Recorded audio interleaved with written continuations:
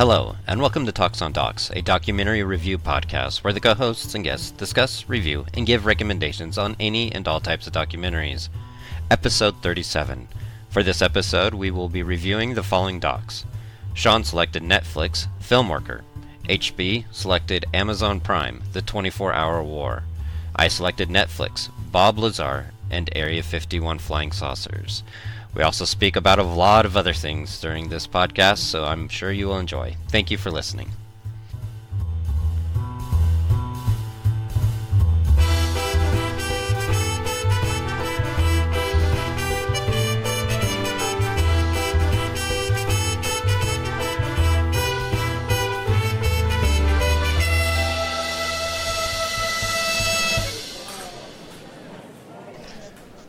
So hey, HB, have you guys been having to deal with the vibrations yet? Because you're probably going to be hearing vibrations on my end of things tonight. Street vibes, you mean? Yes, street vibes. Street vibes. Yeah, it's pretty, no. I mean, we have 0 events in Sparks except for at the Nugget. Yeah. So we have no overtime required. And, yeah, I haven't. I think they pretty much nuked it while you were still here, so it was. Yeah. They're not bringing it back. Well, I had to deal with it at work today. Oh yeah. Yeah, it was right at the end of our shift. I was literally just about to clock out, and the guy I work with said we just got a call out for blood on the streets, and sure enough, the police called. Well, actually, fire left, and then they told fire told, I can't remember who, to call a cleanup company. And the cleanup company goes, well, we're under the impression that you guys have environmental control that does blood cleanup now. So it got back to us, and so we went out there, and it was on Gregg Street, and it was two motorcycles that got rear-ended by another vehicle. Both motorcycles had... No, it was 2 motorcycles that got rear-ended, and one of the motorcycles had a passenger on the back, and that passenger, his leg ended up getting just about ripped off. Oh. And there wasn't really all that much blood. Mm-hmm. But, I mean, we had it cleaned up, and we were out of there in about 20 minutes. How do you guys clean that up? You don't just hose it down the drain then? No, that's exactly why we are doing that now. Yeah. It's because that's what fire used to do. Yeah, with lots of bleach. Yeah, let's throw a bunch of bleach and then hope that it kills off any blood-borne pathogens. That's going to go straight to the river. Yeah, especially at Gregg Street. Yeah, yeah. Yeah, you're not even a mile away from the river, so... And just in the best of hopes, So, no, what we do is we have a certain dilution of bleach and water. We spray it. We have to let it sit for a certain amount of time. And then we have certain absorbent pads and sands that we use to absorb all that out of the asphalt and concrete and stuff. So, yeah, we were done in 20 minutes. And if the city had called out the private company to come out and do it, they would have charged the city like $500 just to suit up to come out and do it. Yeah, we had a fatal, but there was not much blood, I guess, on the fatal last week, that Prater Way one. Yeah, well, we still ended up dealing with that because we went, the truck that was involved, that big construction truck, there was a bunch... Yeah, it was like an F-350 or something. Yeah, it was an old truck, but it had a bunch of construction equipment on the back end and a bunch of old gas tanks that were all leaking. So awesome. When they got it to the evidence yard, all of this gasoline had leaked out into the back lot. Oh. And so they called us to see if we wanted to clean it up. And, of course, yeah, we're going to help out. And went out there. And we actually had to do soil samples and stuff. And you have to do it in multiple days. I think there's a lot of stuff leaking in that back lot now that we have RVs back there. Like the one I had towed back there a couple weeks ago where, like, I think it basically, like, dumped the shitter in the dirt. Man. Like, you could smell that, like, smell when you got close. Like, it didn't smell at all on scene. Right. But once we got it to the tow and it was done, and he drops it, and I looked through the windows to take some pictures. I'm like, oh, it's like brimming with dookie smell. Oh, man. So I have a feeling that back lot's going to get quite toxic. Yes, I can imagine it now. Yeah, that fatal on Prater was pretty. From what I heard, it's the guy's actual brother. Yeah. He kills his own brother driving deuce. Yeah. And he's only doing, from what they've said, they have video of right before from City Hall. They don't have the actual accident, but him like clearing the intersection and then coming up to the accident, and it goes out of frame. Oh. But he's probably doing about 50. Yeah. No skid, no brake, just 50 to 0 when he hits the rear of that truck. Yeah. And pushes that big F-350 6 feet and hits a Jeep, which he pushes 3 feet. Oh, and wow. It just peels that passenger side open. Completely and that's where his open. brother...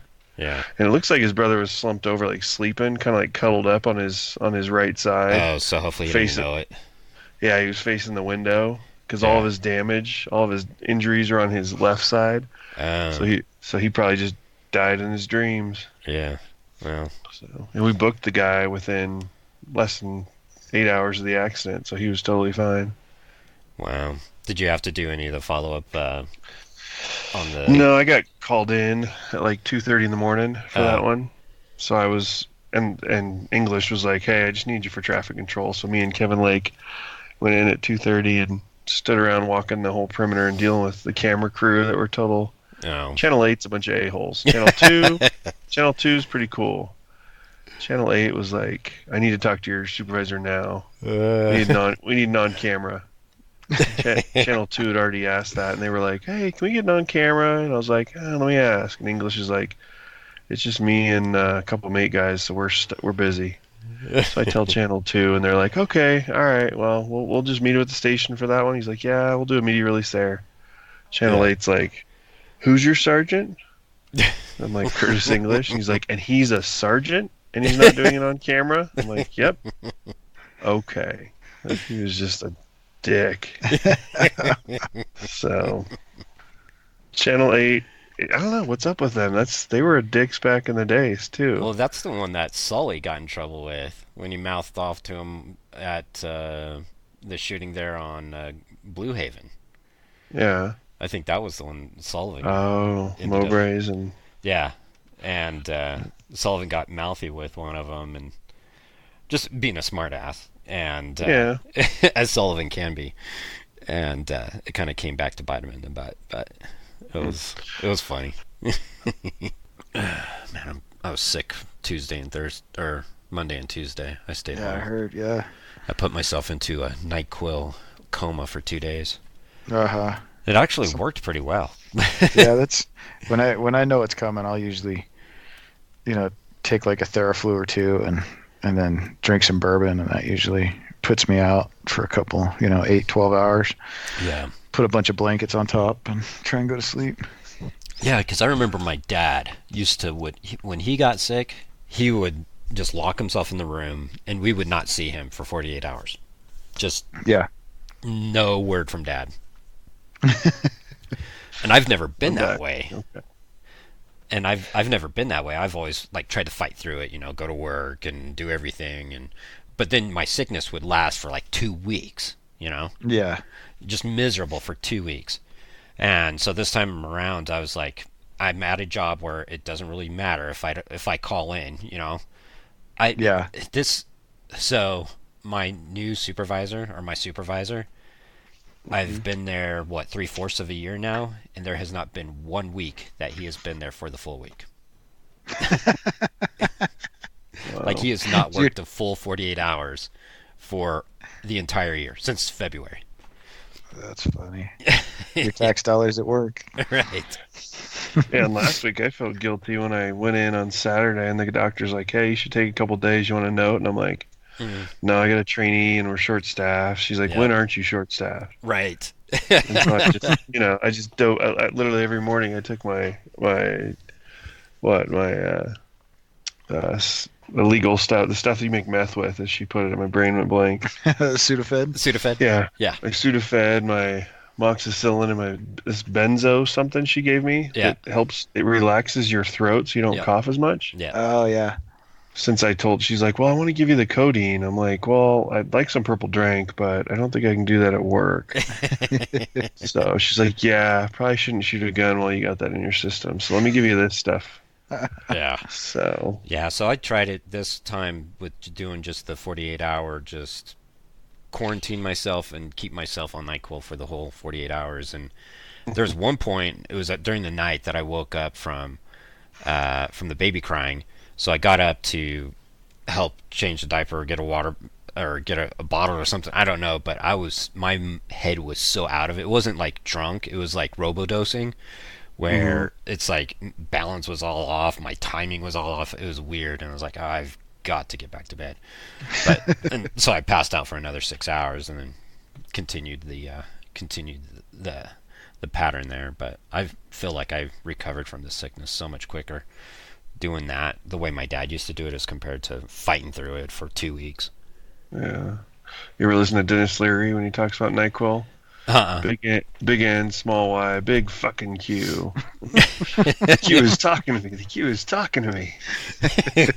It's on his No Cure for Cancer album from probably our high school days. I got it taken away from me because I was reciting it as I listened to it on my Walkman. Oh, nice. When I was doing yard work one time, my dad's like, "What is that shit?" Ripped it off my belt and took the tape out of it. Fortunately, I'd already made a copy. Well, thank you for joining us. We are Talks on Docs. We're your co-hosts. I'm Sturdy. I'm HB. And I'm Sean. So I got another question for you guys this week. Well, actually, it's not so much a question, but something I realized last night when I woke up at 2 o'clock in the morning and my brain was just racing around with stupid stuff. And I wasn't able to fall back to sleep. I've actually been awake since 2 o'clock this morning now that I think about it. The word YouTube and the new generation that's coming up. So not necessarily the millennials, but what's the generation after the millennials? What are they calling them? I think they're Gen Z is what they're calling them. Z? Yeah. I thought it was going to be like tech or something, or raised on Generation Tech, because that's all they've ever known is tech. Skynet. Right, Skynet. And that's what I was thinking about, and the word YouTube, and do they even know what the word tube means? Oh, the true source of it? Yes. Right? TV we all know. tube? Yeah, TV tube. So I asked my kids today, starting with my most intelligent one, and asked her, hey, the word YouTube, what does tube mean? And she goes, it's the tube that all the videos on YouTube funnels through, like the cable or the internet tube to get to us. Good try, but no. Internet tube. Yes. And then I explained to her what an actual tube was in the regard of an old TV tube. And she still had a difficult time trying to imagine that TVs were not flat at one point.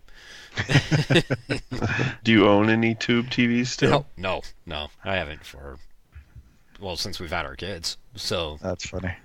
I have two still. Wow. Do you? Yeah, I have a little 13-inch that it just won't die. It keeps working, so I can't throw it away. Yeah, that's the one you have the VCR hooked up to, right? Yeah. Yeah, whatever, dude. And then I actually have a old Sony Trinitron it's like a 21-inch. I remember it was a giant TV, and now I can't get rid of it. So it's like in a cabinet somewhere. Sean's museum located. Yeah. They're fun to smash, and you really got to put some weight into those suckers. I remember my last one was a 39-inch. It was my first big TV I bought once I got my job after college at the department.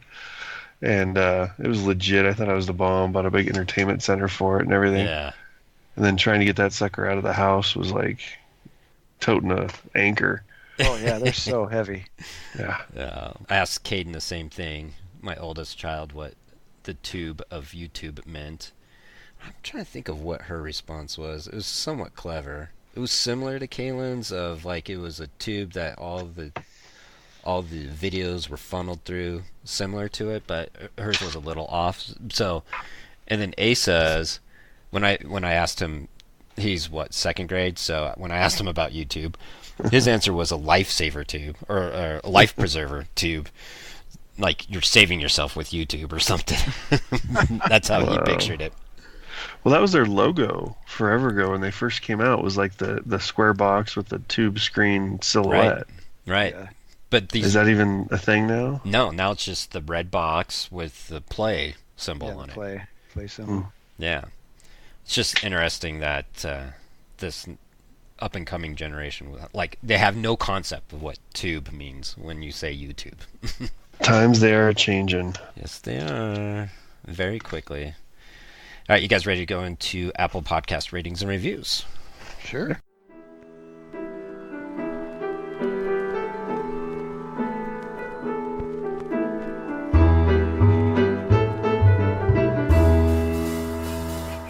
Time to give a little thanks and appreciation for the emails and Apple Podcast reviews.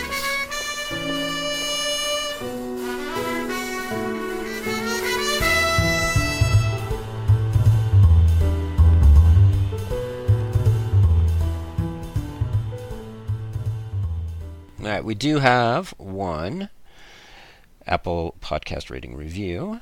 I'll go ahead and read that one. It's titled Talks on Docs. Pretty original there.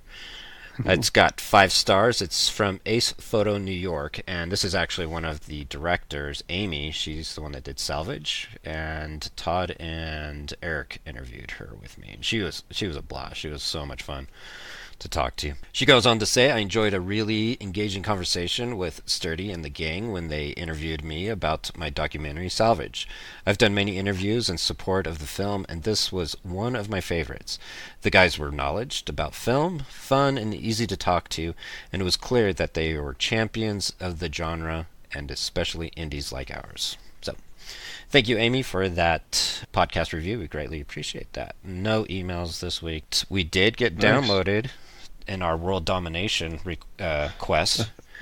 We did get 1 download in Croatia and 1 download in Taiwan. So we're like killing it with these small, tiny little countries that are no bigger than Maine or something. What was that? Wow. I said Croatia and Taiwan. What's going on in Croatia these days? Are they in another civil war? Or are they? Oh, I don't know. They have Wi-Fi now? Apparently. All right, let's go ahead and go into our selections for next week. During the next section, the co-hosts keep it fresh and spoiler-free as they announce their selections for next week's podcast. Okay, for our selections for next week, we're actually going to change things up for October, and we're going to do talks on scary docs. That probably sounded really stupid, huh? Ooh. So I've already made a list, and we'll be randomly picking off that list for the whole month of October of documentaries that are scary or just deranged and weird or just kind of leave you with a uneasy or uncomfortable feeling. So the first one that we're going to do, or the first 3 that we're going to do, the first one's going to be from Prime. It's called The Witness. The description of it is the brother of Kitty Genovese investigates the circumstance of her murder and the truth of the story that dozens of local witnessed during the crime but did nothing to intervene or report on. It's directed by James Solomon. I looked into his history, didn't see anything of great accomplishments or anything.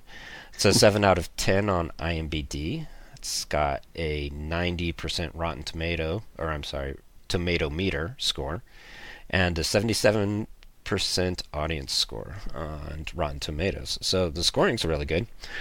I didn't look into it at all. I didn't watch the trailer or anything. Like all good horror or scary things, they're best to not know what it is going into, right? I think so. For sure. Definitely. Do you guys have a favorite horror movie? Yeah, I never Are you guys really much watched horror fans? I never did much horror film. No. Yeah, I really. High school was Halloween. Yeah. Because my best friend had a Halloween mask that creeped me out every time I went to his house. And then probably the most recent one I've actually seen was The Ring. That's how far it's been since I saw a decent. Oh, really? And that one creeped me out because just putting the DVD on, you'd see the fly that was on top of the menu screen. And it literally looked like it was on your TV, and I was like, holy cow, this is creepy. That's how pathetic I am in the horror genre. I think the Blair Witch is the last horror movie I watched. I saw that in the theater. Oh wow! It was funny. We watched it. I was in Germany, and we all watched it on a guy's laptop while we were out in the field, which was not a great idea. Right.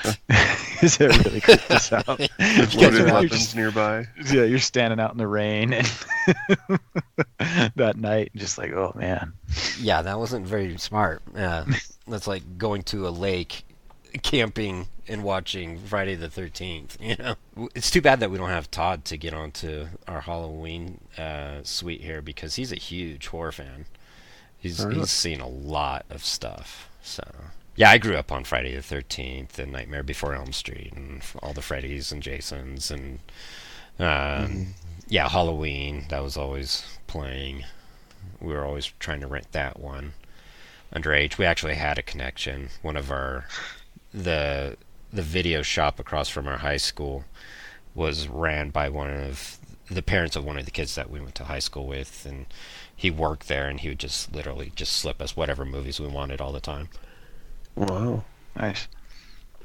Yeah, so we'd pay for the price of one, and then ended up with like 3 or 4 movies that were all horror. We watched like The Faces of Death and all that stuff, and wow. Yeah, that was with Dan. We mentioned him last week.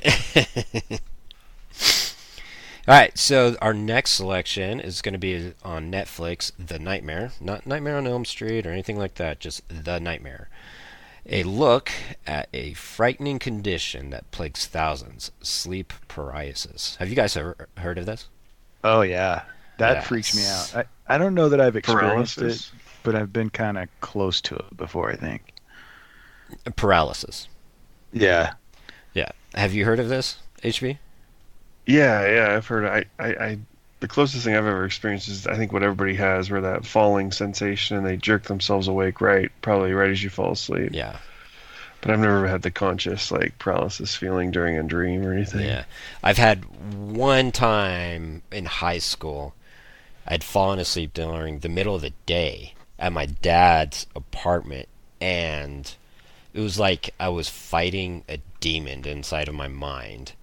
And I was doing anything and everything I could to try to wake up, and I could like hear everything that was going on in the apartment. Like my dad, it was like a studio, so I could hear him in the kitchen and my sister watching TV. And I was like literally just like trapped on this bed. I couldn't move, I couldn't say anything, but I could hear everything going on in the midst of also this dream that I was having. It was like one of the scariest moments of my life. It was freaky. And this is pre or post LSD? It was in between. It was during. Okay. Are you saying that the LSD had something to do with it? You know, it might have affected your stuff differently than us non-LSD users. Just saying, we're not going to rule it out, I think. Yeah. That's where we're at. Maybe I should do some studies. Yeah, sign me up. Right. And did I give the IMDb score and stuff? It's got a 5.8 out of 10 IMDb, a 69% says Cotton Tomato, but Rotten Tomato meter score, and a 43% audience score from Rotten Tomatoes.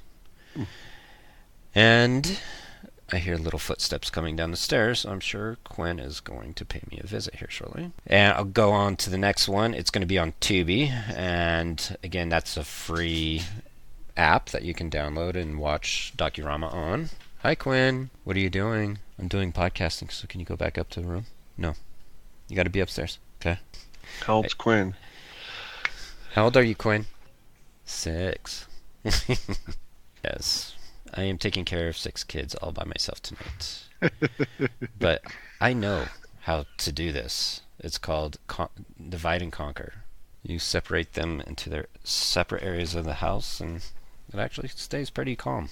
So our last selection is going to be on Tubi. Again, this is a free app that you can download onto any Android or iPhone. And it's got commercials in it, but the commercials really aren't all that bad. So on Tubi, we'll be watching Aline, The Life and Death of a Serial Killer. Is that the way she pronounced that name? Do you know her She's the like one of the most notorious female serial killers. I think it's Aline. I could be pronouncing that wrong. How do you spell it? Aileen. I've never heard of her. Aline. Oh, she is not attractive. No, she is not. Yes, she's got a definite look to her. Aline Warnos. Warnos. Good job. Ouch. So this is Nick Broomfield's second documentary about a serial killer, Aline Warnos, focusing on her mental state on death row. It's got a 7.1 out of 10 IMDb score, 86% tomato meter score, and a 74 audience score. So it's got some pretty good ratings going for itself. But The Witness has got the best scores out of all of them for next week. So make sure to check those out. Again, Prime, The Witness, Netflix, The Nightmare, and Tubi, Aline, The Life and Death of a Serial Killer.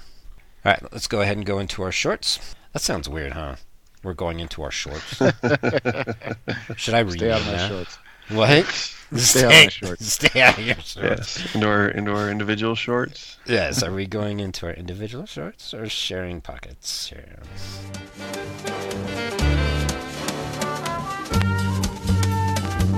Keeping it short and snappy, a quick look and conversation on a few short subject docs.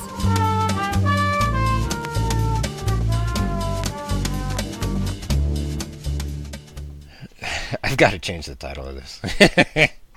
Shorts. Let's go into our shorts.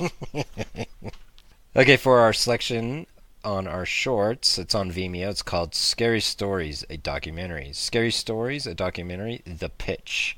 Didn't realize it said The Pitch at first. And the description is, this upcoming documentary will explore the story and controversy behind a gothic child's classics, scary stories to tell in the dark. I kind of wish I had read that it said The Pitch and had read the description. I just saw Scary Stories, a documentary, and thought that would actually be pretty cool.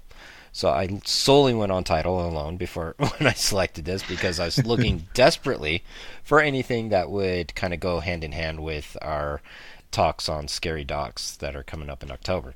But yeah, I wouldn't watch this. It's not that good of a short doc. It is literally a pitch for a documentary that this guy wants to make. What'd you guys think of it?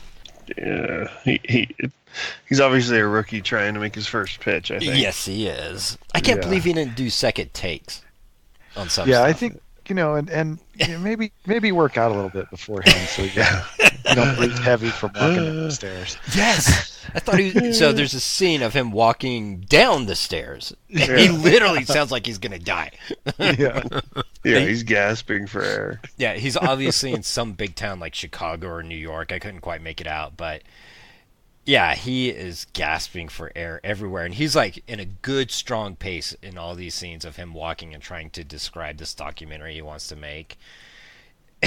And he's trying to do these artistic, like, cinematography shots of him coming out of these, like, weird art objects and stuff. Yeah, and disappear behind the letter. Yeah. He almost trips in a couple of them because he's obviously not athletic. He should have gone for more of like a dark, gloomy, foggy day. Right. Something that matched Scary Stories. Yeah. Yeah, strolling slowly, ominously. Yeah, no, he's walking across a bridge. The scary part was, is this guy going to survive making this film? Did you recall reading Scary Stories, Sturdy? Oh, dude, this book was in our library in elementary school, and it was always checked out, like he was talking about. And like, you were the cool kid if you were the one that got it checked out, and like everybody would hover around you during recess and stuff to try to read part of the story and look at the pictures and everything. It was not banned at any of my schools. Yeah, it was not in mine. I remember the pictures, and the cover art. I don't remember any of the stories. Oh, you don't?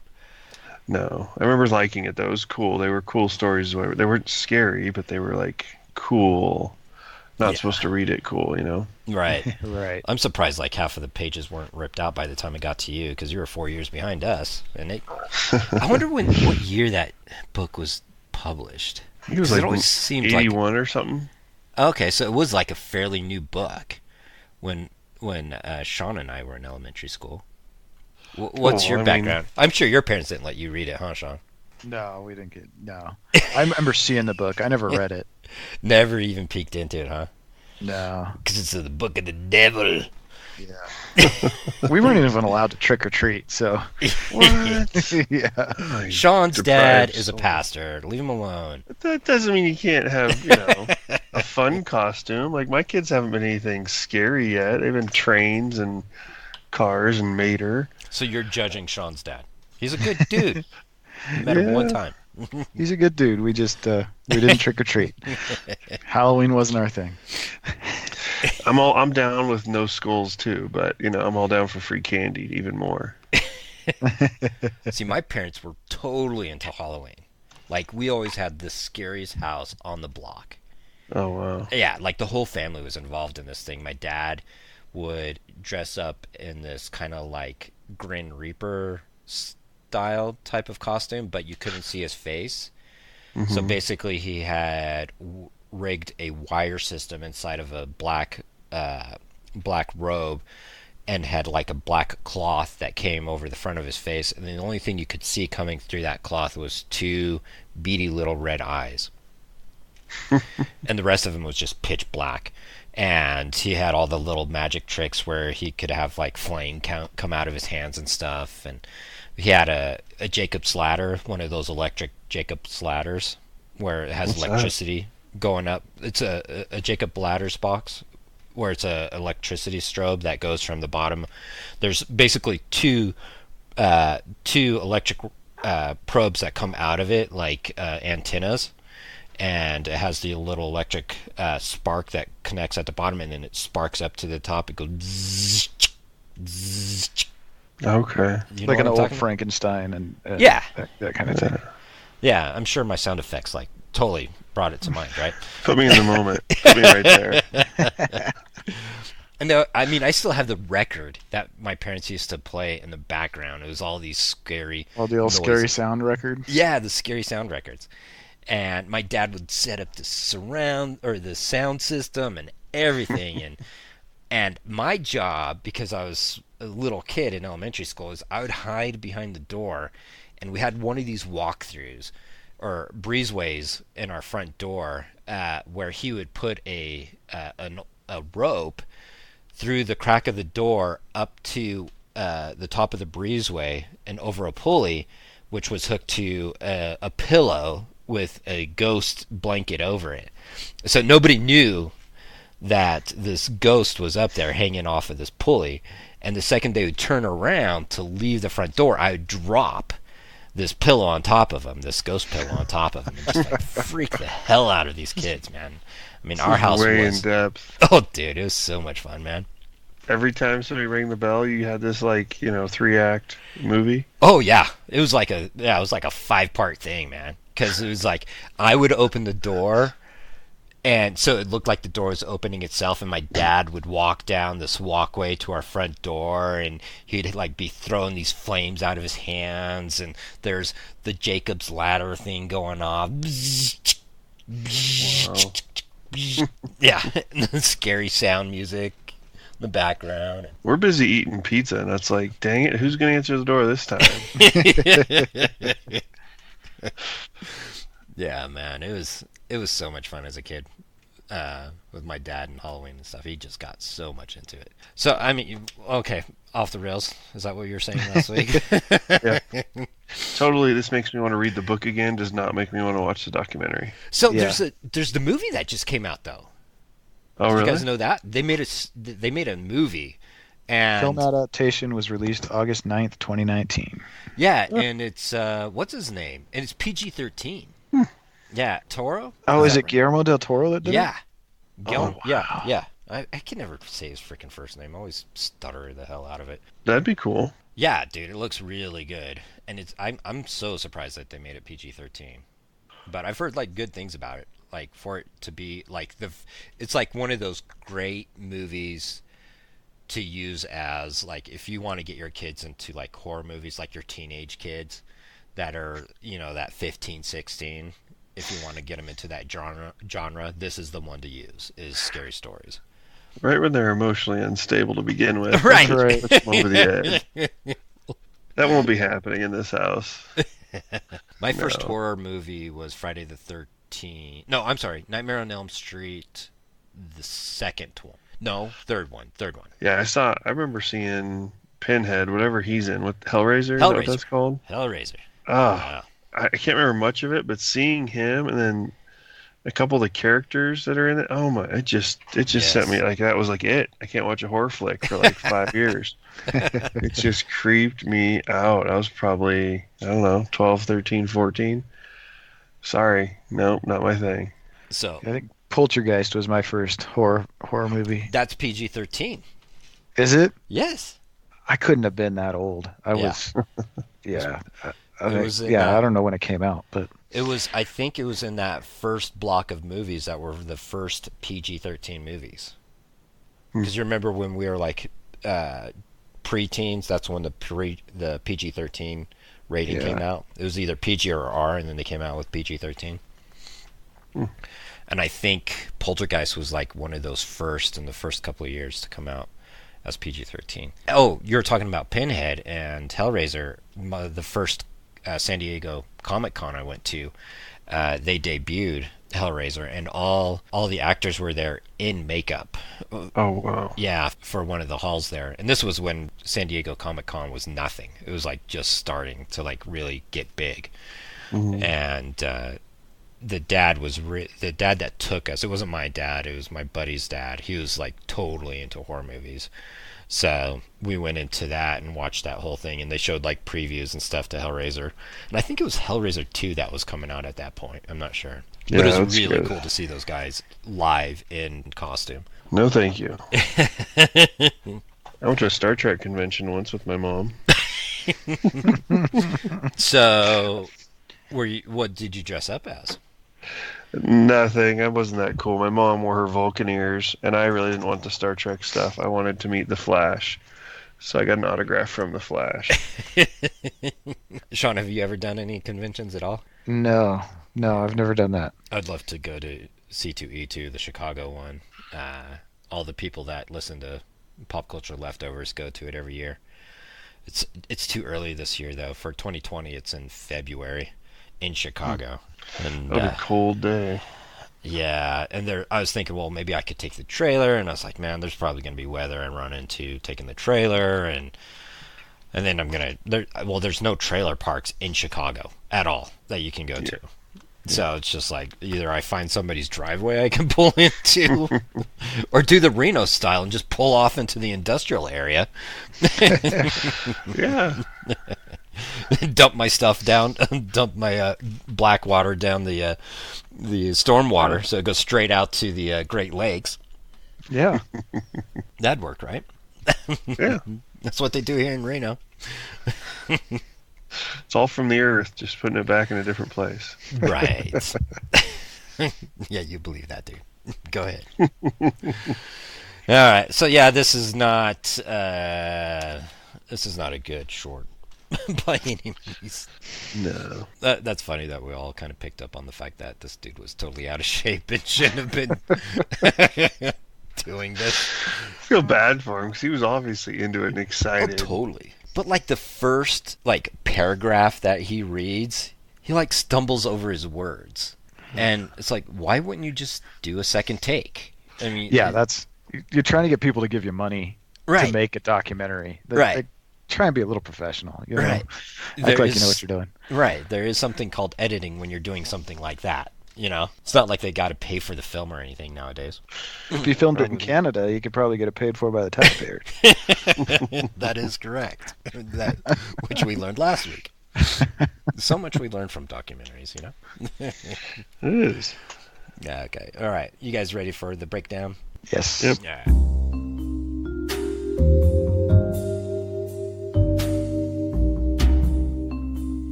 Prepare to be spoiled. In the breakdown section, our co-hosts go deeper into the conversation and truly express their thoughts on the documentaries.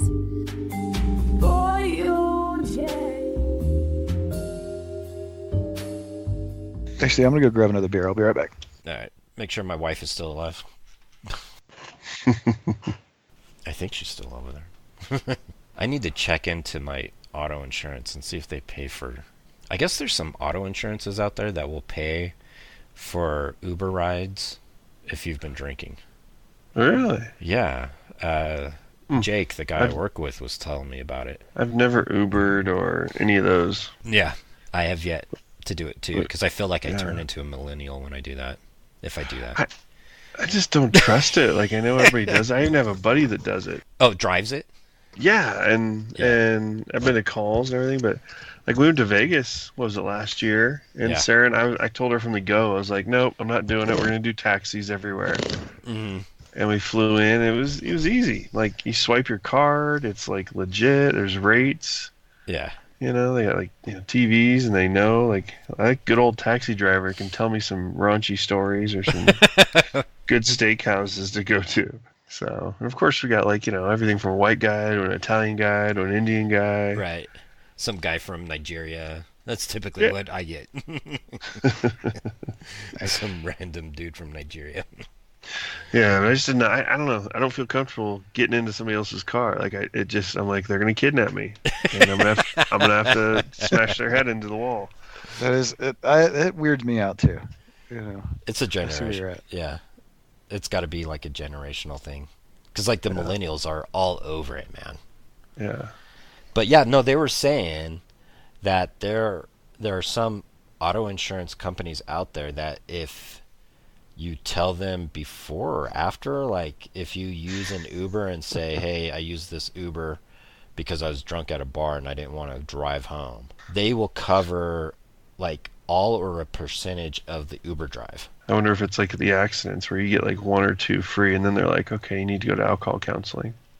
Right. I don't know. So I need to check with USAA and see if they do that, Dude, I remember one of the funniest stories I ever got from one of my soldiers in the Army. I might have told you this one, Sean. So, the sergeants, so every weekend you would have this safety briefing, right, Sean? Oh, yeah, safety brief. The safety briefing. And they would tell you, the sergeants would get up there and tell you, no matter where you are at this weekend, if you're drunk and you need a ride, call me. I don't care if it's 4 o'clock in the morning, 2 o'clock in the morning. I will come and get you. I do not need one of you guys getting arrested for DUI or getting in an accident or dying or anything like that. Call me. I will be there. We heard it every freaking week, right? The same speech. And so my buddy Ketzel, he ends up getting freaking just torched drunk, right? Just obliviated. And it's like 2:30 in the morning. And he calls his sergeant and he goes, oh, man. Did I tell you this one, Sean? No, that's terrible. So he calls his sergeant and says, Sergeant, I need to get back to my place, man. I'm totally drunk. And the sergeant's like, all right, let me get up. Let me just get dressed. Just stay there. Don't drive off. Don't do anything. And the sergeant's like getting out of bed and everything. And then once the soldier, Ted, hears that he's got his car keys, and he's like going to walk out the door. And the sergeant's like, where are you at? And he's like, I'm in Perez's room, which is literally downstairs in the barracks. Oh, no. He literally had to walk up a flight of stairs to get to his room. Freaking kill him. He would not have a good Monday, let me put it that way. Dude, it was so funny, man, when they told it on Monday morning. Oh, man. It's like, I think Ted, he comes up to me, he's like, Sergeant's going to kill us on this run. I was like, why? He tells me, I was like, oh, yeah, we're screwed. I got 2 of those calls as a sergeant, but I got the calls after it was a DUI, and not they called me, so that's always fun. One we had to go to the hospital because the guy had a bad LSD trip. Oh, no way. Picked up by the MPs. On base? Yeah. That's not good. Yeah, and then the other one was the guy got a DUI right outside the barracks. I'm like, come on, man. Are you kidding me? Right outside the barracks, jeez. By the MPs, huh? Yeah. Oh, jeez, that sucks. MPs followed him all the way back from the bar to the barracks, and then once he pulled into the barracks, they pulled him over. Wow. That's not good. My cousin broke his femur on LSD. Yeah. Wow. Yeah, they jumped the fence at the water park and were on LSD and screwing around on the slides. And he jumped off one of the slides on LSD and broke his freaking femur inside the park. So 2 tie-ins to that. I had to pick my dad up at the bar at about 2 a.m. one day. I get the call, and it's the ambulance folks, and they're like, are you so-and-so's dad or son? And I'm like, yeah. Yeah, why? I get there all pissed off, and I'm wearing my Rebel. I just threw on a Rebel, sweatshirt. Yeah. And there's like two guys at the bar that they see me rolling, they're like, whoa, Rebels, huh? And I point right at them, like, don't effing start with me. I look over, and there's my dad holding onto the bar, doing like calf stretches against the bar. He's like, I'm good, but they want me to get a ride home because I fell off the stool and hit my head, so and words I'd never thought I would hear, but I thought I would say. I said, just get in the effing car. Then we had somebody jump into the water park here in Sparks one time, and they broke in, and the slides aren't activated at night. They actually have grates that do something, and if you slide down them, those grates are a lot like, I don't know, maybe like a pitchfork type texture. Yeah. Oh. And they slid down the slide with no water, but they had like towels and stuff. Well, one guy has like his foot now splits down the middle because he hit one of the pitchforks with his feet and sliced himself right up the middle. So the ambulance came for him, but they couldn't get in because the gates were all locked. So yeah. They had to climb over the fence to get out to get to the ambulance. Oh, man. Dude, that's crazy, dude. Don't go to a water park after hours. Yeah, no. All right, we'll go ahead and continue on into our breakdown. Does anybody want to start? I'll go first. All right, go ahead. So you had the 24-hour war. The 24-hour war, once again, and it was on Prime. And IMDb was 7.3. Rotten Tomatoes on the tomato meter gives it 100%. Wow. And then the audience scores 83. So I guess it's really popular. I don't know if it's because, like I said last week, because of the upcoming movie Ford versus Ferrari, right. But I really liked it. Yeah, there probably weren't too many females rating it. I know, very sexist joke, right? Yeah. The wife was not interested in watching this one whatsoever. But neither was mine. How about you, Sean? I didn't give her the option. You just knew she better, had to, right? or she couldn't. No, she didn't watch it.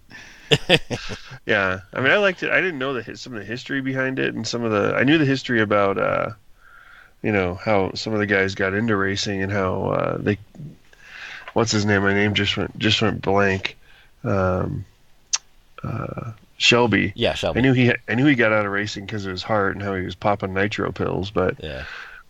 I didn't realize the competition and how much Enzo hated Henry Ford after he didn't the botched purchase deal that Ford was trying to buy Ferrari. Yeah, this documentary is a great history piece. Mm-hmm. Because it literally starts off at this. That's what I loved about this. One thing that I loved about this documentary is that it went so far back in the history of auto racing from like 1906. Yeah, like World War I and II, and yeah, and they cover like the effect of auto racing with the wars that were going on. I mean, they even went as far as saying that Ford was a significant part or won World War II. yeah, they were building planes, I think, wasn't it? Yeah. They went to the Can you bombers. imagine that now?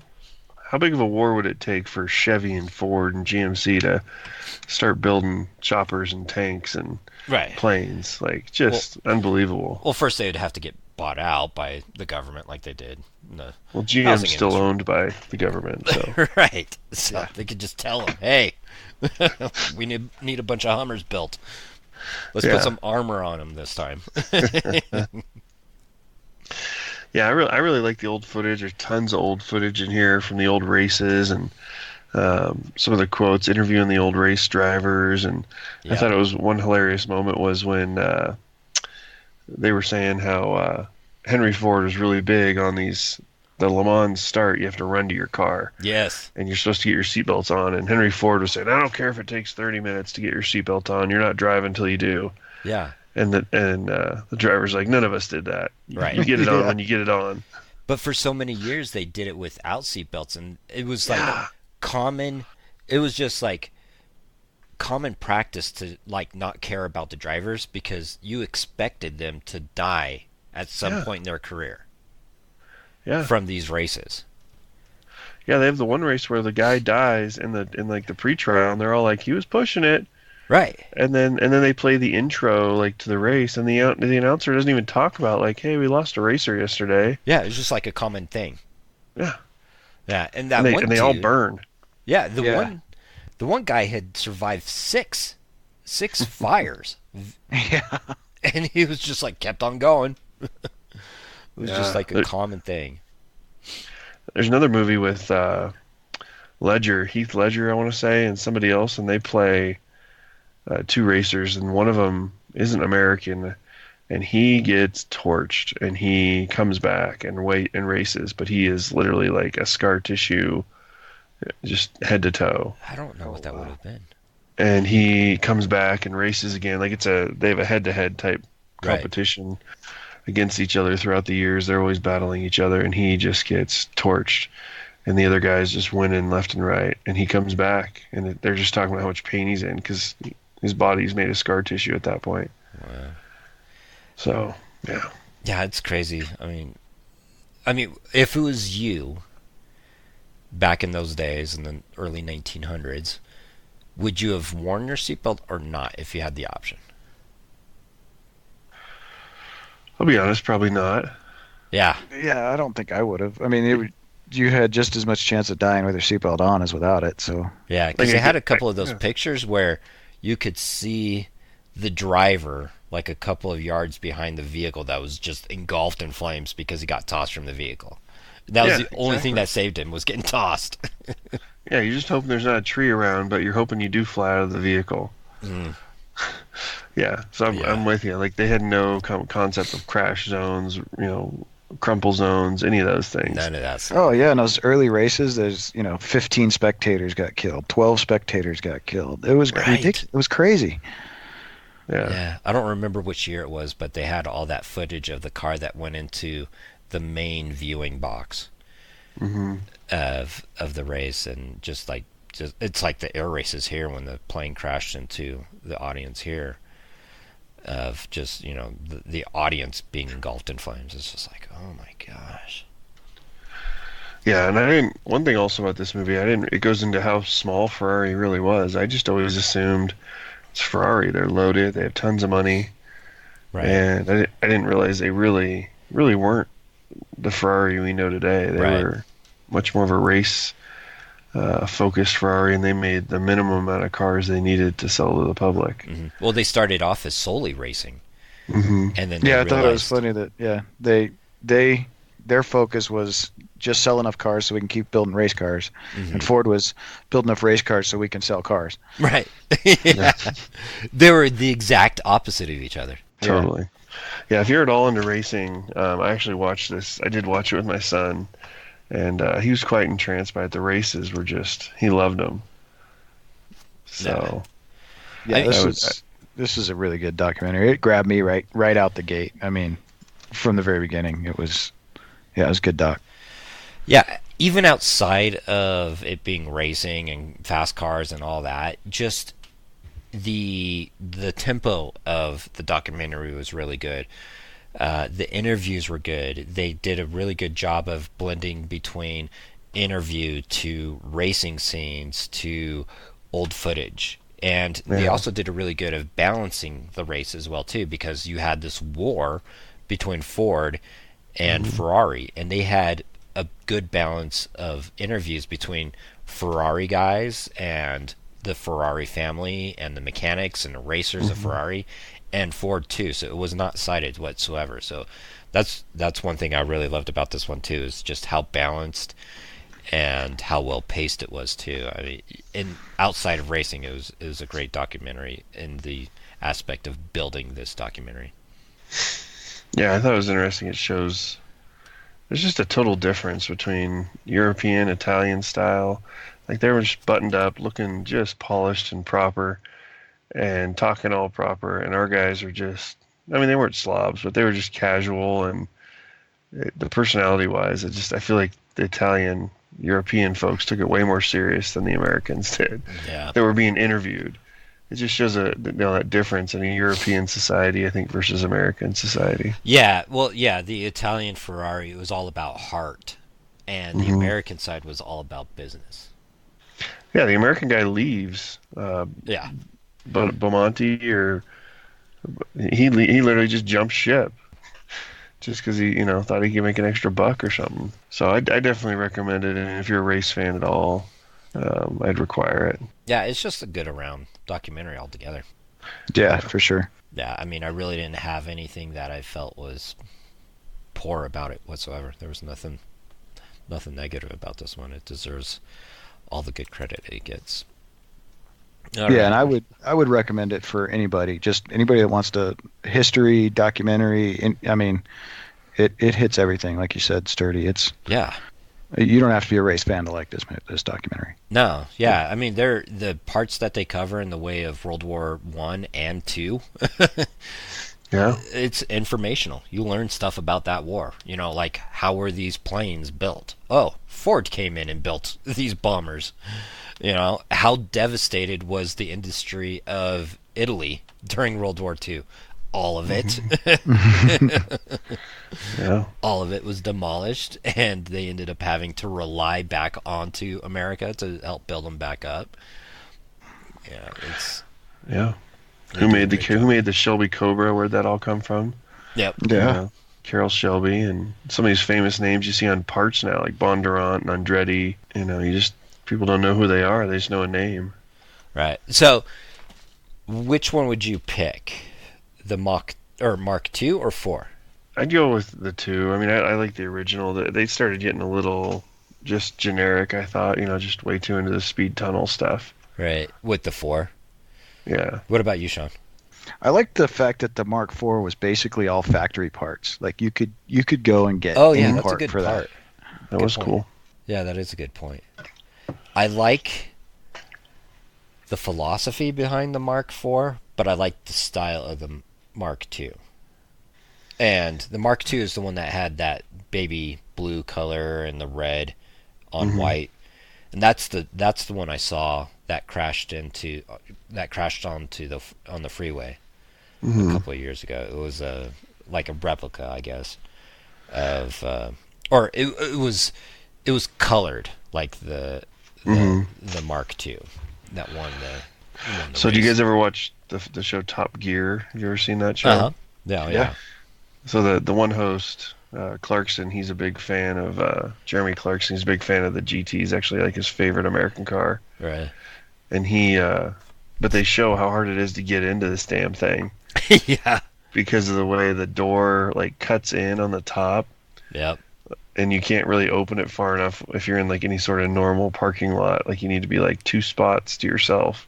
So I thought that was funny. The only thing they really talk about in this one is how they had to put a bubble in for the tall guy. Right. Yeah. Yeah, I He was can't 6'3", remember I which. think, and he had to get a bubble. Yeah, that for was his funny. helmet. But then you could see in the later models, it was actually part of the design, Yeah. which I Yeah, thought was really cool. Yeah. You Side know- note, if you ever see a Dodge Viper, the reason it has humps on the 2 sides is so that the guys inside can wear helmets, even though no rich person races their Viper with a helmet on. Right. So I've got some very wealthy friends, and we went down to Las Vegas for a guys' weekend, and they have one of those exotic car racing tracks down there in Las Vegas. And so we got to. So I raced a Lamborghini, a Ferrari. I can't remember the names of them right now, but. And then I did the Audi R8 because I wanted to see the difference between. Because an Audi R8 is literally a Lamborghini. It's Iron Man's car. Yeah. And so I kind of wanted to see if there was any difference at all. And the only difference between the Lamborghini and the R8 was the braking system, honestly. Everything else sounded and felt exactly the same as a Lamborghini. But they had a McLaren there, and that thing is a bitch to get into. McLarens are so... Because when you get into it, the space between where the door closes and your seat has got to be like a foot of just body frame. You'll burn the hell out of your legs getting out of it. Yeah, dude. But once you get into it, it is like a glove. It is like the entire cockpit of that car just like sucks you in, dude. Was it one of the single seat front seaters? Because there are some that have just one seat up front. No, it was just I couldn't tell you which model of the McLaren it was, but this thing kicked ass on the track, dude. It destroyed it. What year was this? It had to have been like 2012. No, it had to have been like 2014 or so when we went down there. So it was killing the Lamborghini, the Ferrari, all the Ferraris out there. The McLaren was just lapping everybody. And the track is weird because at first my thought was, okay, you go out on the track by yourself and then you run the track by yourself. That's not the case. It's like all the cars going all the time. So yeah, it's like you're on that track and you're in this McLaren or Lamborghini and there's like other Ferraris and R8s and Porsches and Vets and everything racing around with you on this track all at the same time. And you have an instructor with you kind of like telling you, and well, they're not telling you, they're literally like yelling at you, like accelerate, accelerate, brake, accelerate. It's just like, okay. But dude, it's a blast. I mean, it costs a crazy amount of money to do, but man, it is fun. McLaren was one of the racers in this too. He was yeah, I did. I saw that name and I was like, oh, that's where the name came from. Yeah. Mm-hmm. Yeah, no, I really like this one. Good choice. All right, we'll go ahead and go into yours, Sean. Okay, so mine was Filmworker. It's a documentary about how English actor Leon Vitali became to work as an assistant to American filmmaker Stanley Kubrick for over 30 years. It was a 7.5 on IMDb. It had a Rotten Tomatoes score of 95% on a tomato meter and an 83% audience score. So it basically covers... Hold on. All right. HB, you forgot something on yours. Was there a greatest moment? Dude, it's like literally 2 minutes into the documentary, man. Sorry, really? I didn't catch it, and oh my god, I was probably drinking coffee and waking up still. It's literally like less than 2 minutes into the documentary. It talks about it's cool how they did it because they're like giving you this low moment, but then they say, well, this was the greatest moment in history of car racing. All right, I believe it. Oh. And it was. I knew there was a lot of lines in there where they said great and they said most, but I didn't hear greatest. No, it was greatest, dude. Literally within 2 minutes of the documentary. All right, I'll re-listen to the first half or so. I try and listen for that, and I just never. It seems like I can never catch it unless it's like literally the first 3 words out of their mouth. So, Sean, on that same point, Filmworker had it twice. Yes. All right. Good job. I found 2 on Filmworker. Yeah. And what were they? I got them written down, but it's out in the living room. So that was all set out. So after, what's his name? I forgot his name. Stanley Kubrick. Yeah, Kubrick. Right after he dies, they're talking about his death, and they say the greatest director ever. Yeah. Right after his death, so they give him praise by giving him the greatest director. Well, I think what's his name? Leon says he's the greatest director of the 20th century or our generation or something like that. Yeah. Yeah. All right. Go ahead, Sean. Sorry, I just had to throw it out there. So it basically follows the life of Leon Vitali, who was a pretty successful actor. Right. Had always been intrigued by Kubrick, and then actually got to work on one of his films, Barry Lyndon. Yep. And afterward, he spent some time with Stanley and kind of told him, "Hey, I'd like to be a filmmaker." And so he basically became Stanley's assistant and followed him around for the rest of his life. Yeah, or his until bitch. until Kubrick died. Yeah, kind of. Stanley's punk biatch. Yeah, I can't imagine working for someone that much. I mean, he was working 16, 18-hour days Right. at Kubrick's house, and then he'd go home and be on the phone all night Doing more work. doing more work for Stanley For Kubrick. I mean, it was crazy. And he Or was sleeping good. on a mat. What was that? Or he'd sleep on a mat. So he Right. didn't get too comfortable and oversleep. Right. Didn't he Right. say talked about like sleeping on the Doormat. patio or something? Yeah, on the doormat of the patio. Right. Because he didn't want to be too comfortable and oversleep. Oh, that's insane. Kidding me. And he was a good actor. Yeah. Yeah. Because first of all, he got the praises of Kubrick to begin with, which is an amazing thing in itself, you know? And I mean, they show that scene of him in that movie where he has that monologue forever, you know? And Kubrick was one of those guys, like, you had to have every single word dialed in. Like, you couldn't miss, like, one little word, you know? Yeah, they showed the guy that ends up being the door gunner in Full Metal Jacket. Full Metal Jacket. Yeah, Yeah. that was supposed to be the drill instructor. Drill sergeant, and he's just like, no, you missed one word. It was supposed to be sit down, and you said sit. Right. And it was over.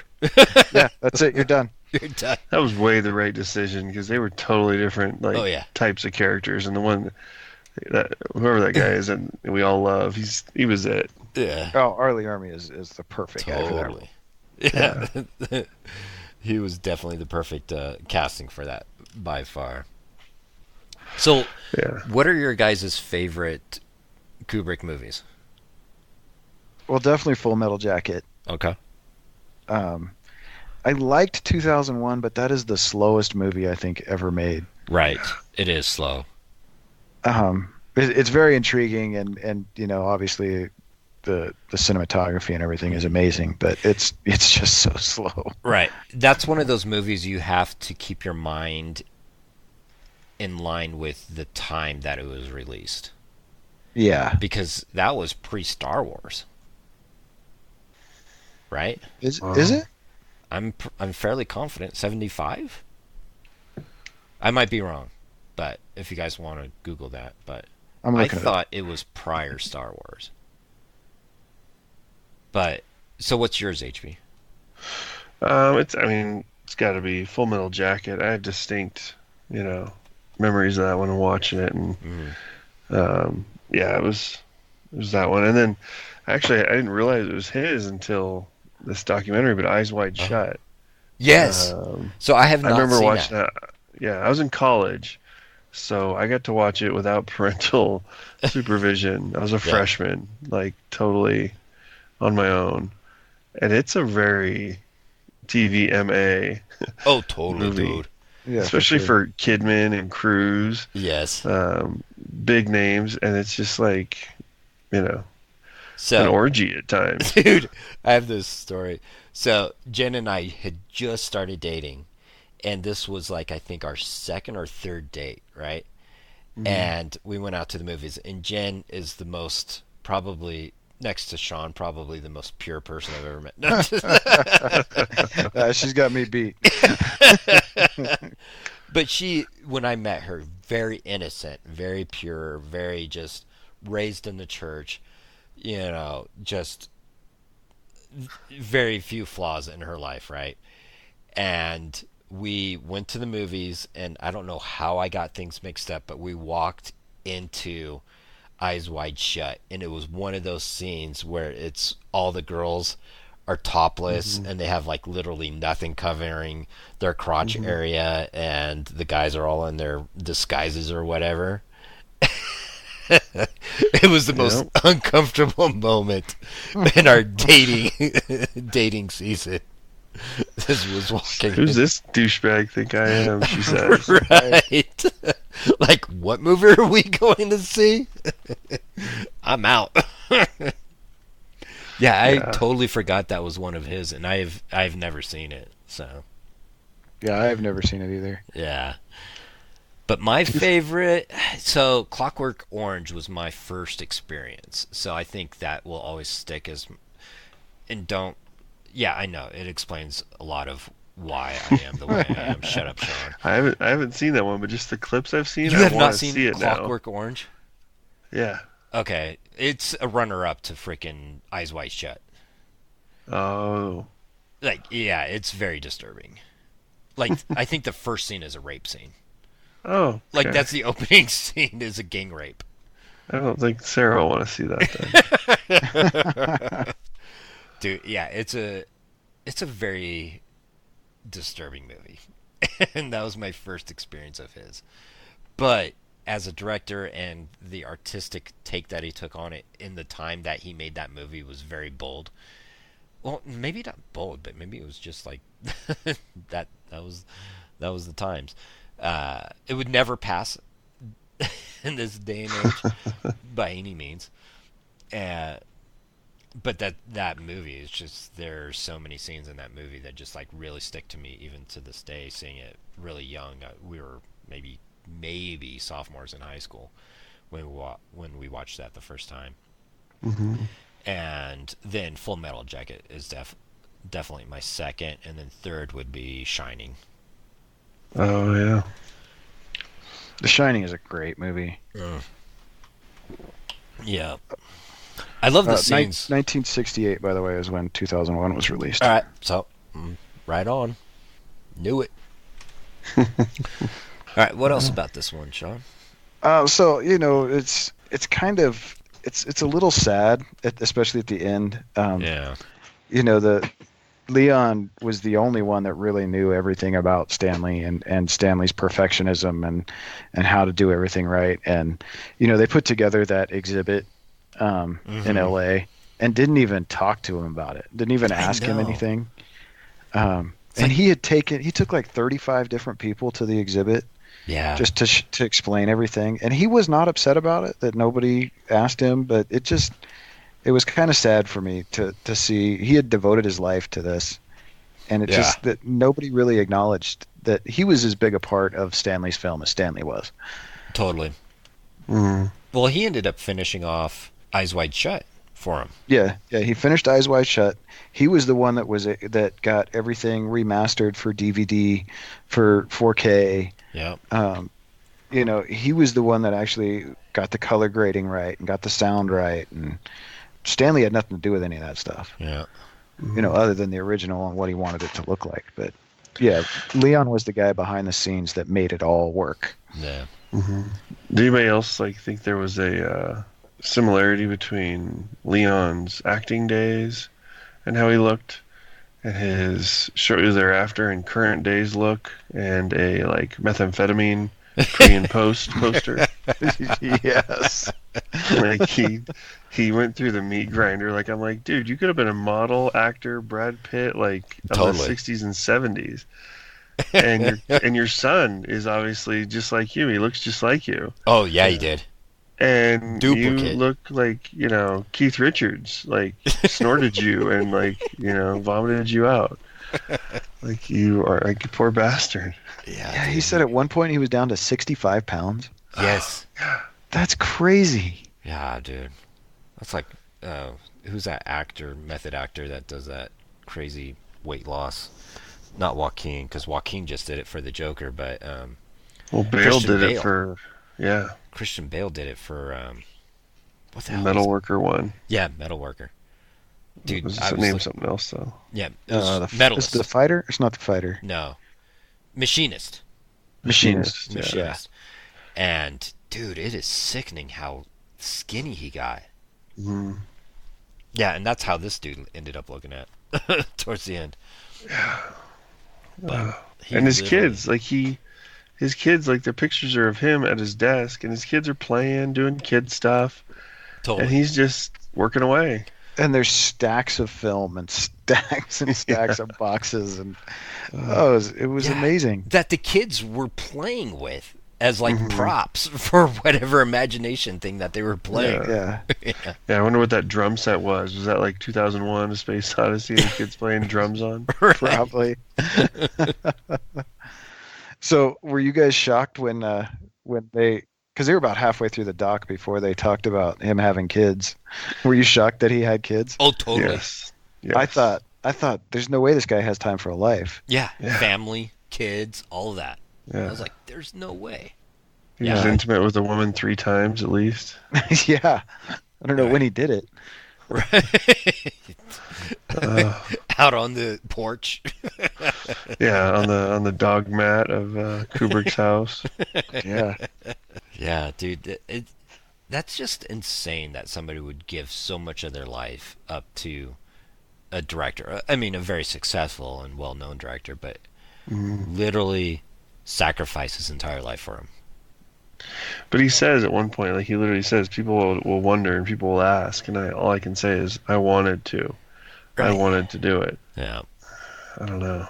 I also like the animation scenes that they did throughout it, the penciling that they did to reenact, like the scenes of Kubrick getting mad and everything.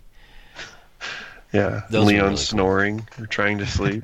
Right. Yeah, the pace was really well done between the interviews and the movie footage and like the still photos and stuff too. You never felt like you were like just hanging on to like an interview, because I was kind of afraid of that at the beginning, because you had that interview with Leon, and I was like, oh, is this all that we're gonna have, is just these continuous ongoing interviews with Leon?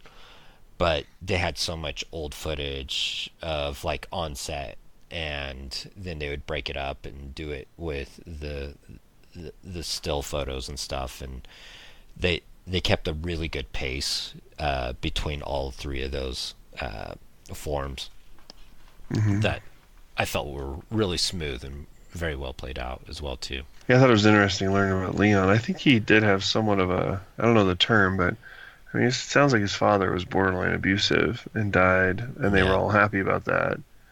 And then Kubrick, he kind of ties in that same mindset, like, you know, as much as he was into the art and the movie, he definitely had kind of an abusive relationship with Kubrick in a way. Yeah. You know, and but I think it made him relate to his dad in a twisted way too. Yeah, that was an interesting part about it, of how he kind of, I don't know, justified it or just made sense of it. He did kind of talk about how he had learned from his dad how to deal with a person when they're being crazy. Right. You know, how he would just kind of fade in the background a little bit, let Stanley go nuts, and then he'd be there when Stanley was ready to be normal again. Right. As normal as Stanley was, but right. It kind of reminded me of my relationship with my dad, because my dad would just go off.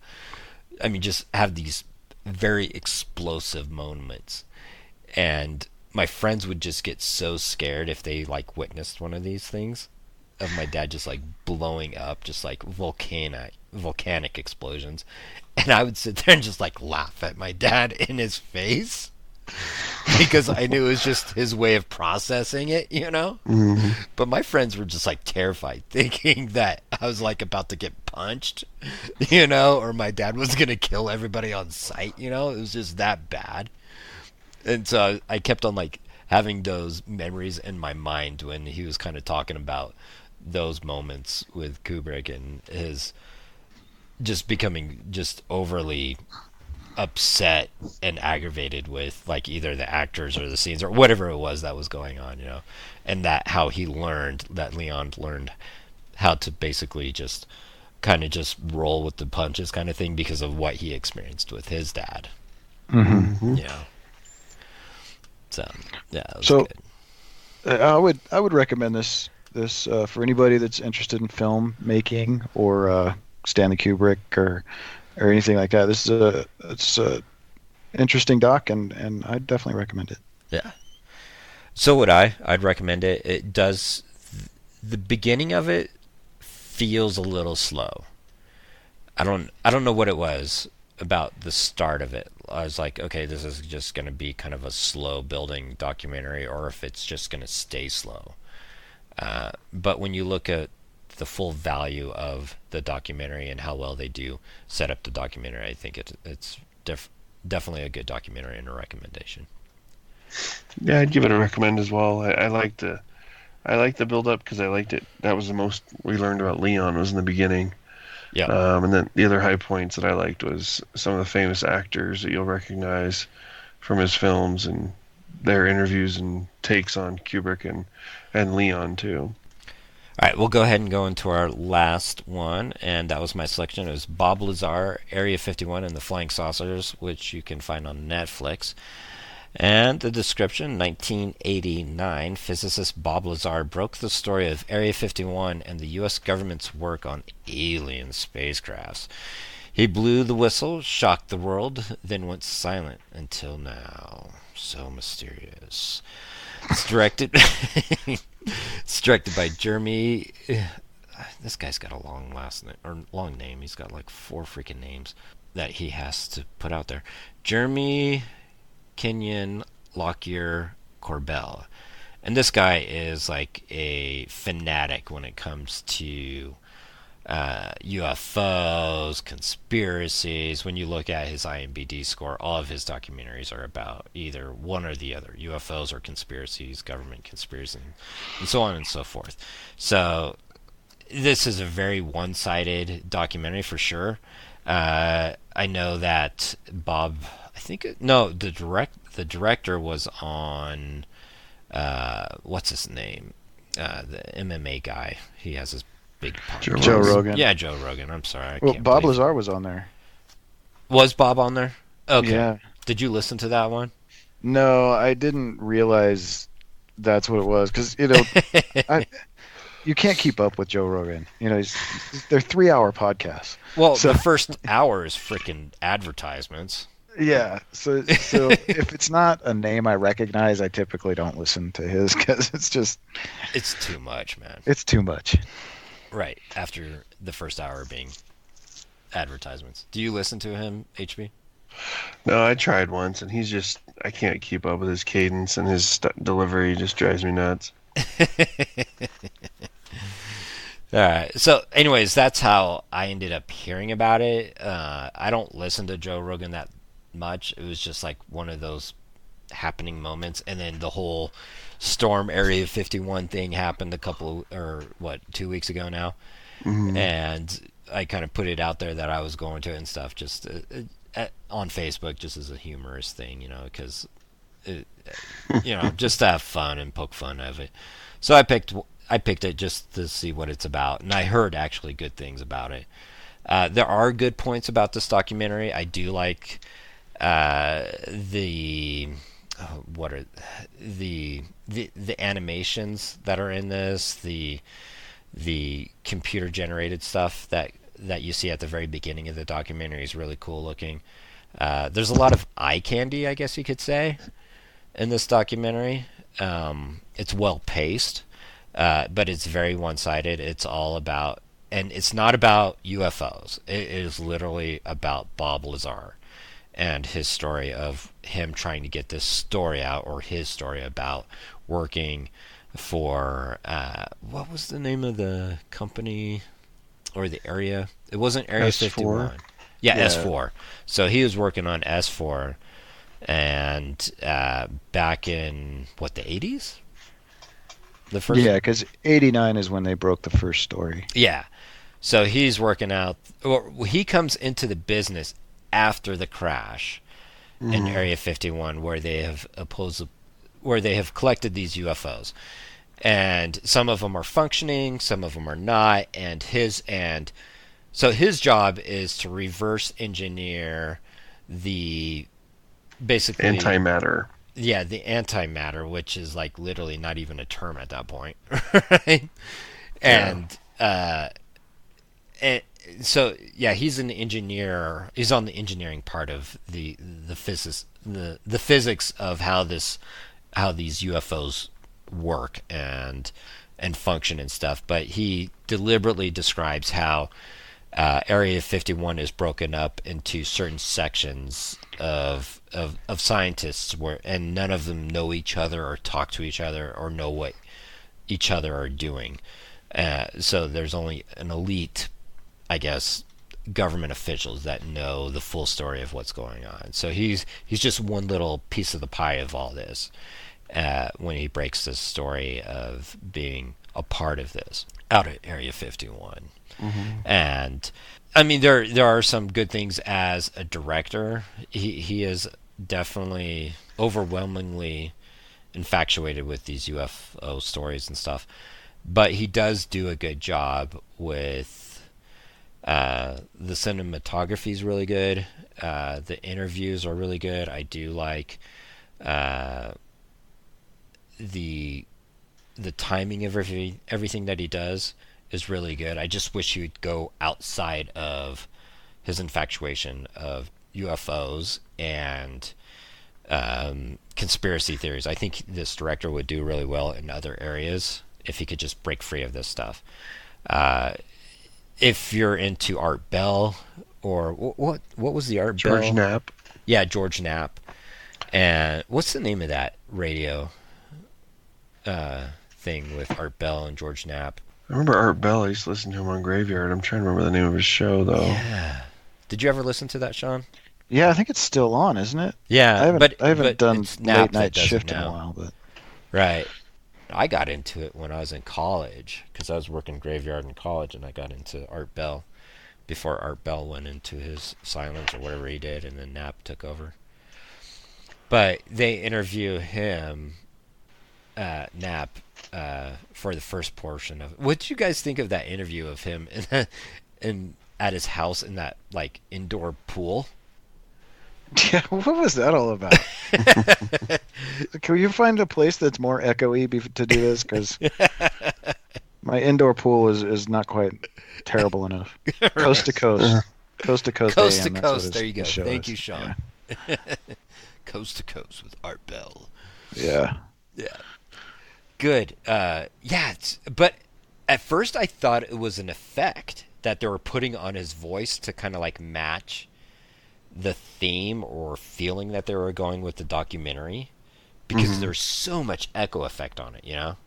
And then you kind of like zoom out and you realize, oh, they're just in his indoor pool. I could have done without the like segues they would do with that voice over guy and like the acid Mickey trip Rourke parts. I don't know who that was talking. Oh, his so weird he's poetry. terrible. It's Mickey Rourke. Yeah. Yeah. Terrible. Every time I'd be getting into it, and I'm like, okay, it's a good part. Then I'm like, okay, inevitably, right now is, there's a sucky voiceover with psychedelic, deep, crazy thoughts, and I'm buying into this. I'm understanding the story. I want to know more, and then you're gonna go off the rails and go acid trip on me. Yes. And that was the worst crazy decision. Again. Yeah. Yeah, and Mickey Rourke is a terrible narrator. Oh, totally. Like you couldn't understand him. He's got that weird lisp to his voice and stuff, and it's just, he's fun as the Marlboro or as Harley Davidson, but other than that, come on, man. Yeah. No, I pulled up the script where I had to like read it because I just couldn't understand what the hell he was saying. I can picture Mickey Rourke now that you say it was him. I didn't look up who it was. I was just like, who is reading? It almost sounded like Johnny Cash lyrics at times, or like that voice. Right. And I'm like, no, Johnny Cash doesn't suck like this. So who is this? Yeah. I honestly had never heard of Bob Lazar. I don't know if you guys had, but I had. Had you? Yeah, and I think it was funny because I recognized his name because of the Joe Rogan, because it popped off on my Joe Rogan podcast, downloads. Yeah. But I didn't listen to it. I didn't know who he was. Yeah, I think I recognized it more from Art Bell, honestly, because I was like I worked Graveyard for the longest time, and Pawnee was really big into the Art Bell and Knapp stuff, and so that was kind of like one of the things that we'd listen to like in between calls and stuff, and then like kind of compare notes afterwards of like what was going on with. I remember listening to Art Bell, and tonight. I was on. I'd work at Sizzler in Carson, and I'd get off work late, and we'd driving home and listen to him for a little bit. And it was 98, 99, going into 2000. Uh-huh. And my assistant manager at Sizzler was dead set that the Y2K thing was real because Art Bell said so. And I think I've mentioned before, like, he had 50-gallon barrels of gasoline with preservatives in his garage, and he had plans with his girlfriend, future wife, who was Mexican, to go down to Mexico and stay on her family's land. And Wow. she's like, he just said, you need to listen to it. It's gonna happen. You ever see your jeans, man? Like, he thought the whole, like, fly zipper saying Y2K on it was like some sort of, like, ultimate conspiracy clue. Like, and he just, yeah. I've since met him. He lives in an RV Down by the river. He was in a parking lot of a business in Sparks at one point. So yeah, but that's how I got into Art Bell. I was like, okay, I'll listen to this kook, and it was interesting and kind of creepy and entertaining. Yeah. But I don't know. My overall opinion is I want to believe Bob Lazar. I truly do. Right. Well, it's convincing, but the problem I have with it is that the director never goes to another scientist that argues against it. This thing was total crap. There's no way you guys bought into this. So the problem I have, like, okay, Bob Lazar, I'm like, it makes sense. He's not trying to sell it. He's not giving you the hard sell. But then I'm like, okay, like, nobody says you graduated from MIT and all that. I'm like, just hold up the paper. You got a high school diploma. Let's see it. You got an MIT diploma. Just hold it up. Like, we all have our diplomas from all the stuff we've done. Mine is hanging above me right now. My master's degree is literally hanging above me right now. Yeah, like, they could have easily done an interview in, like, his office where he should have had all these cool degrees. Because he doesn't have any degrees. He's full of crap. That killed it. I'm like, I don't care what the records were erased and don't say anything because the government's against you, but come on, help me, help you. Yeah. Because his explanations aren't too... I Googled the whole element 115 antimatter thing. Yes. And it's real. Yeah. Dude, it's fun to go down that rabbit hole. It is. And then how does this tie into... sense. Yeah. How does this tie into your guys' beliefs, like, they talked about how this would just blow religion out of the water in society. I think I could function with aliens. At least totally. As far as we know them so far. I could. It's not going to ruin my faith, and Right. But yeah, I'm in the same ballpark as you are. But the question is, and Hollywood addresses this every once in a while, is do they come as friendly or foe? That's always a fun thing to kind of play around in your mind. Like, if they're already out here, like, literally, like, right out, like, within between the moon and the Earth. Mm-hmm. They've crashed. Right. Are they here to overcome, to overpopulate, or just to, say hi and this is who we are, let's be neighbors kind of thing. Which one are they going to be? I lean more towards the Star Trek rule of do not interfere, and they're abiding by it. And unfortunately, they've crashed a few times. Right. Yeah, I think it's similar to, like, the Vulcans. The Vulcans knew we existed, but until we were good enough to warp travel, then they didn't interact with us at all. Right. Yeah, There's the Ants and Mounts podcast. What's it called? The Well? Yeah, The Well. That's a good podcast. He had a guy on there from, it's not SETI, but it's communications instead of SETI is just search for extraterrestrial life. This is actually trying to communicate. Yeah, kind of like he had contact. A guy on there. Yeah, that was trying to talk to, and he gave a really good explanation of, maybe they're out there, maybe they're not. But the amount of things that have to go right for us to be able to contact each other, the superiority of their technology would have to be for them to get here at this point. So it was pretty interesting. Yeah.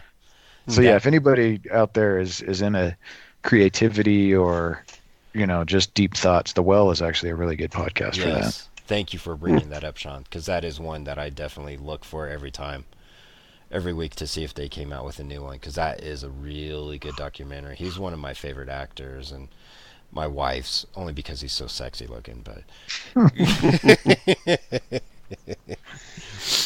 he is a sexy looking dude, I'll have to say. No. But he does do a good podcast as well. So yeah, it's a really interesting podcast. He's just a good dude. Who's the dude? What? He did that show Hell on Wheels. Yeah, Hell on Wheels. And he's in Star Trek now. Yeah, he's the captain of the ship. Scott Bakula? No, what? It's Anson Mount. Anson Mount. So he's on Star Trek. He is the captain that precedes. He's Pike, Captain Pike. Yeah, Captain Pike. Okay. Don't let your wife watch it, because she'll just fall in love with them. And... Oh. Or unless if she kind of gets aroused by it, it can kind of pay out at the end. Because that's how it worked for me for Hell's on Wheels. is he on the list? The list of free cheats? Is that on her top 5? Oh, top 1. Oh, nice. Wow. Especially on Hell's on Wheels. So I have to ask, so we got to say brass tacks, do you guys believe in aliens? I do. I think so. I mean, you cannot. Have you guys been to an observatory or have looked through a really good microscope? No. You mean telescope? Oh yeah, sorry. Microscope. Microscope. It's the LSD again. You're going the wrong way here, buddy. Telescope. Yeah. Yeah, I think it was Carl Sagan that said, if not, it would be an awful waste of space. Right. I mean, just within our solar system, the impressiveness that you get from just looking at the rings of Saturn. Mm-hmm.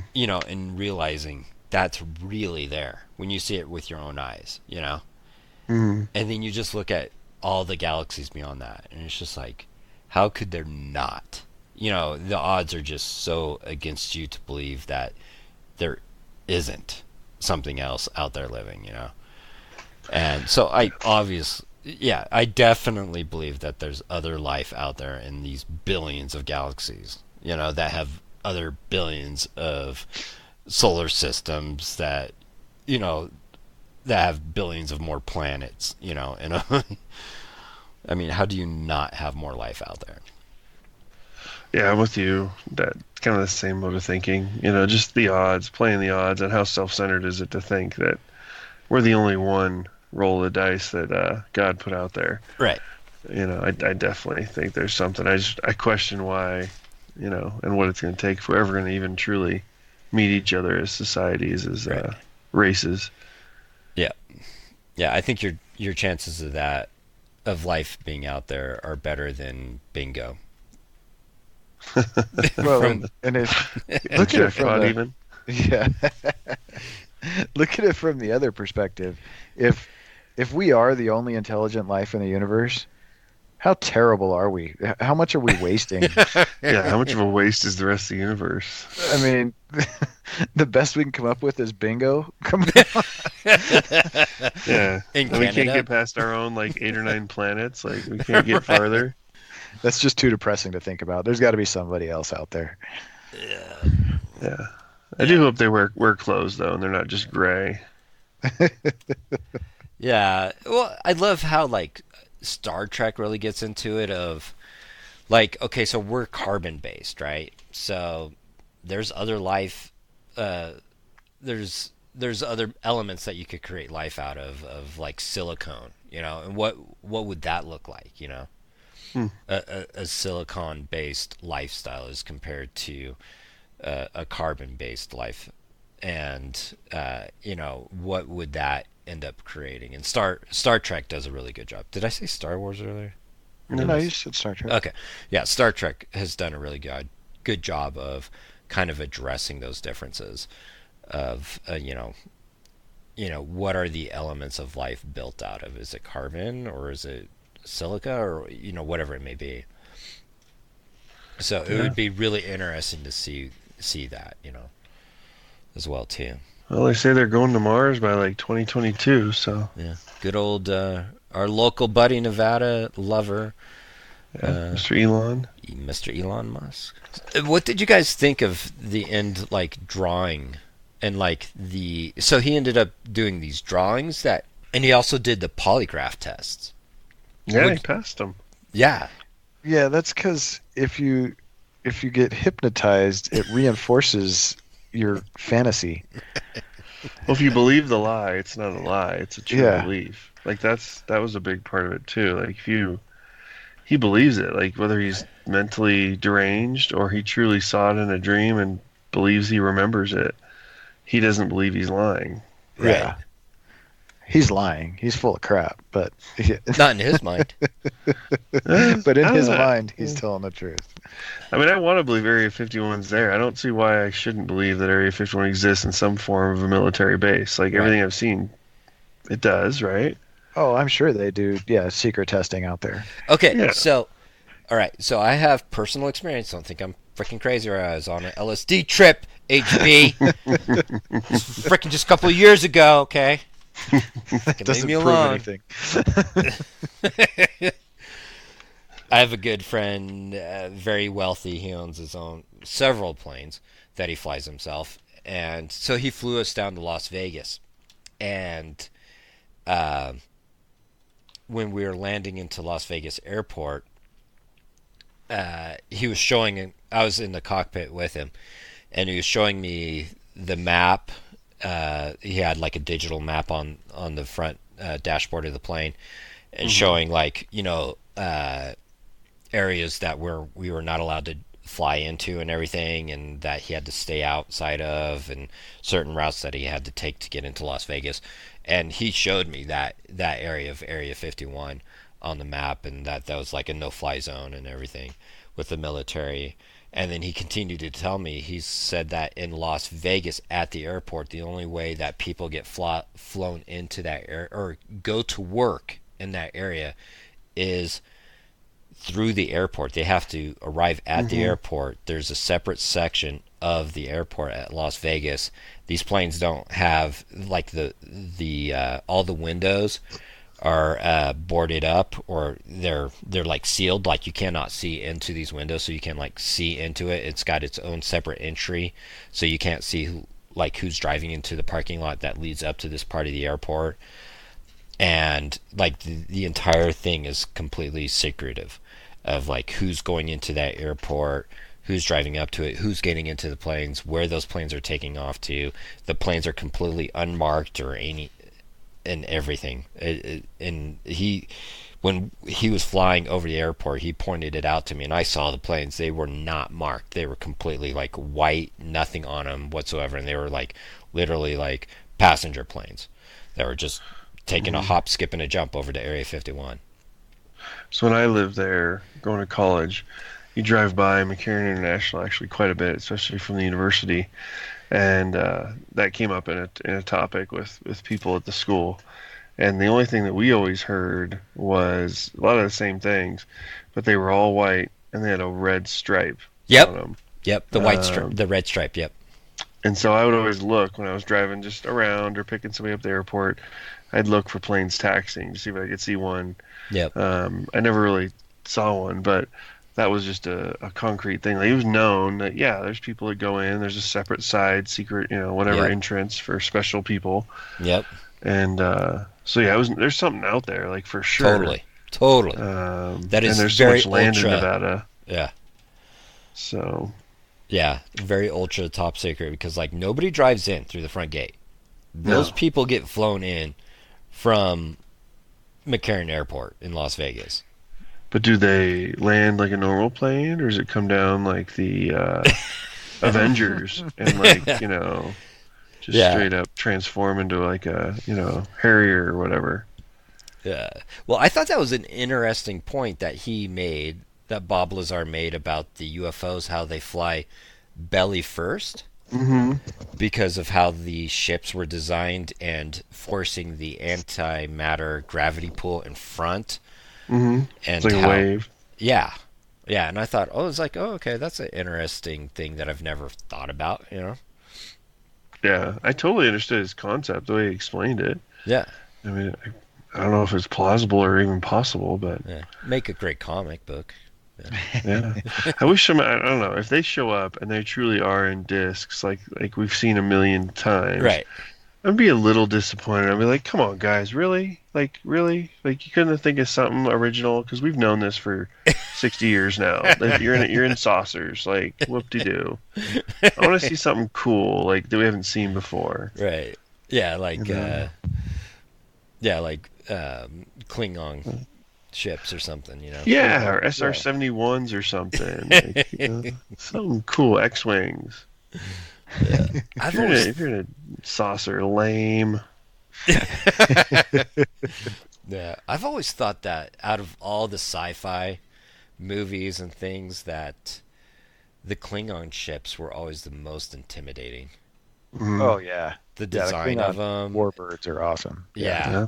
And the Birds of cloaking prey device, and it's just like, dude, that'd freak me out if that showed up on my screen, Yeah, some barbarian-looking dude's the one flying it. I'm like, how the hell did you build this thing?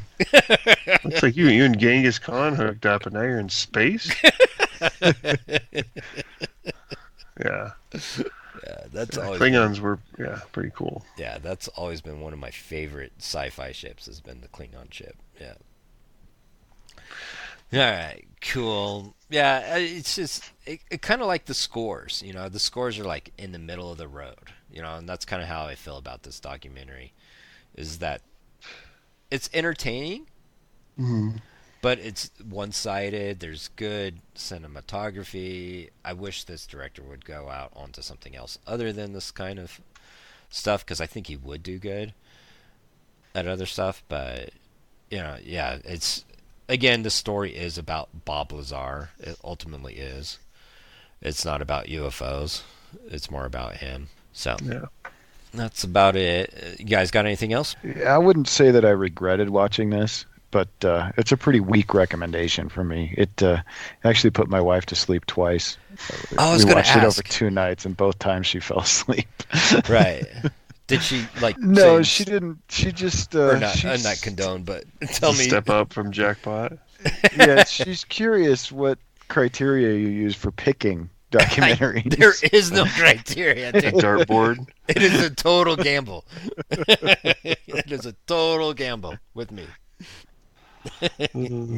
Yeah, I same as you. I definitely wouldn't recommend it, but I didn't regret it. I feel like if anything it debunks, it makes it hard to believe, because they just present it with such, like, oogity boogity, Mickey Rooney talking, and, give me a legit story with proof that I can believe. Right. Right. Yeah, if they just had, 10 minutes of an argument against it, and then disproving that argument, it would definitely give it more, it would be a little bit more legitimate, Yeah. But we're only getting the one side. It's just like, okay, whatever. It wasn't even written as a defense of Bob Lazar. It was just, this is Bob Lazar. Right. Yeah. Yeah, you're right. All right, that's gonna go ahead and wrap it up for us for this episode. Thanks again, you guys, for listening. We appreciate it.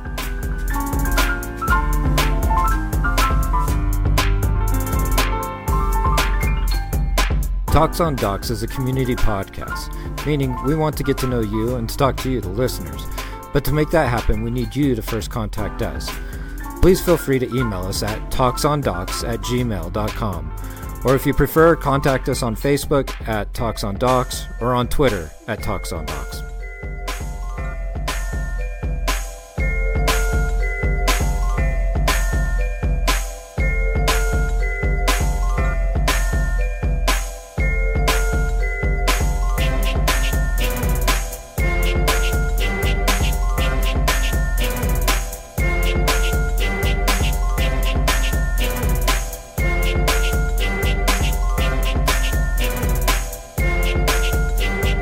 Beautiful day in this neighborhood, beautiful day for a neighbor. Would you be mine? Could you be